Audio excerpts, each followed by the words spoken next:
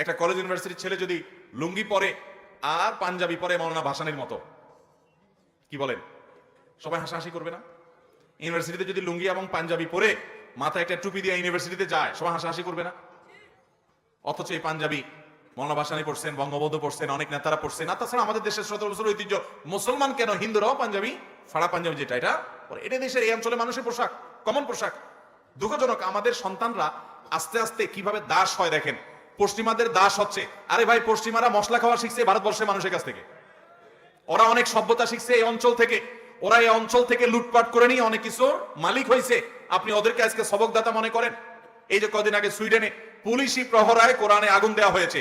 বাংলাদেশে কোনোদিন কোন ধর্মের মানুষ অন্য কোন ধর্মের মানুষের ধর্মগ্রন্থে এভাবে পুলিশি প্রহরায় আগুন দিবে, এটা কল্পনা করা যায়? কোন মুসলমান দেশে এগুলো হয়? যারা আপনাদেরকে সভ্যতা শিখায়, আপনারা মনে করেন ওরা বোধহয় অনেক আগায় আমাদের চাইতে, ওরা আপনাদের চাইতে অনেক পিছিয়ে। আপনারা হীনমন্যতায় ভুগছেন, এই জন্য মনে করছেন তাদের মতো পোশাক না পড়লে বোধহয় আমরা জাতি উঠতে পারবো না। অতএব মুসলমানের এই হীনমন্যতা থাকা উচিত না। যাই হোক, খোলাসা কথা হলো, মুসলমান সে যদি পাঞ্জাবি পরে, সে যদি মাথায় টুপি দেয়, তাহলে সেক্ষেত্রে কোনো অসুবিধা নেই। বিশেষ করে লম্বা জুব্বা হুজুররা পড়বে, এটা হুজুরদের জন্য রেজিস্টার্ড, লিখিত, পঠিত এরকম কোনো বিষয় না, যে কোনো মানুষ পড়তে পারে।